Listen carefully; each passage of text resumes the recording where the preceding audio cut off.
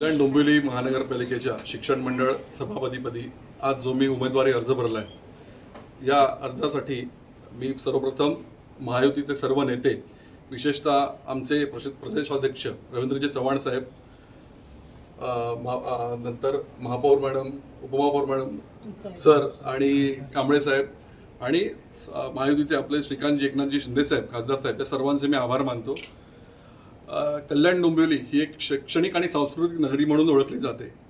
तर त्याच प्रकारे आपल्या कल्याण डोंबिवलीचं जे शैक्षणिक मंडळातर्फे जे काही कार्य होईल ते त्याच उत्तम प्रकारे होईल याची आम्ही काळजी घेऊ.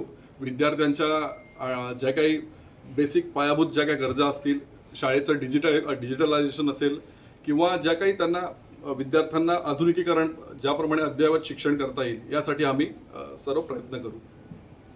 कल्याण डोंबिवली महानगरपालिकेचे स्थायी समिती सभापती, शिक्षण समिती सभापती आणि महिला बालविकास या तिन्ही सभापतीकरिता आज नामनिर्देशन पत्र जाहीर करायचं आणि दाखल करायचा दिवस आहे.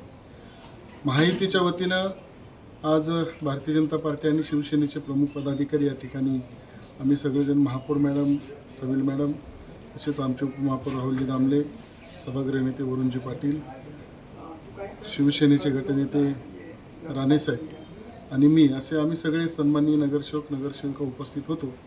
भारतीय जनता पार्टीला आज शिक्षण समिती सभापती म्हणून भारतीय जनता पार्टीकडून अभिजित सदानंद थरवळ, आमचा भारतीय जनता पार्टीचा युवा कार्यकर्ता आहे, युवा नगरसेवक आहे, त्यांचा आज फॉर्म भरलेला आहे शिक्षण समितीच्या सभापतीकरिता.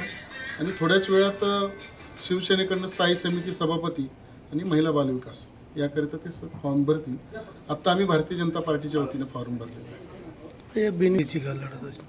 आहे. महायुतीकडनं आम्ही सगळ्यांनी बसूनच हे सगळे निर्णय घेतलेले आहेत. त्यामुळे इथं काही चोरस वगैरे काही विषय नाही. हा भारतीय जनता पार्टीकडनं एकच अर्ज येईल, तसेच शिवसेनेकडनंही स्थायी समिती सभापती आणि महिला बालविकाससाठी एकच अर्ज येईल. त्यामुळं त्यामध्ये बिनविरोधच अशी निवडणूक होणार आहे.